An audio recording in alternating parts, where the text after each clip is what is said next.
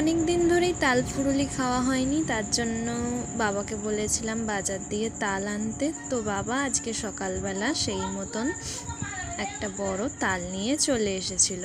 তো তালটাকে সকালে বাবাই ধুয়ে দিয়েছিল, আমরা অতটা ভালো করে ধুইতে পারি না, তার জন্য বাবাই পুরো রেডি করে রেখেছিল। আমরা সন্ধেবেলা সমস্ত উপকরণ নিয়ে এসে ওটাকে বানিয়ে ফেলেছিলাম। বানানোর সাথে সাথেই তো পুরো ঘর তালের গন্ধে ছড়িয়ে গেল। যেমন ইলিশ ভাজলে ইলিশের গন্ধে পুরো ঘর ছড়িয়ে যায়, তেমনই ইলিশ আর তাল এই সিজনে এই দুটো জিনিসই খুব ভালো লাগে। আর এই তালে আর একটা রেসিপি হয়, সেটা না মা ভালো করতে পারে, আমরা অতটা ভালো পারি না।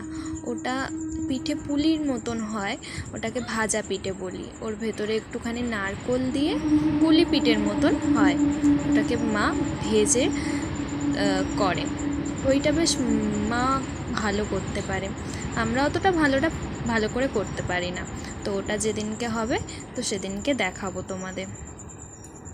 আজকে ভিডিওটা কেমন লাগলো তোমরা জানিও, ভালো যদি লাগে একটা লাইক কমেন্ট শেয়ার করো। ধন্যবাদ।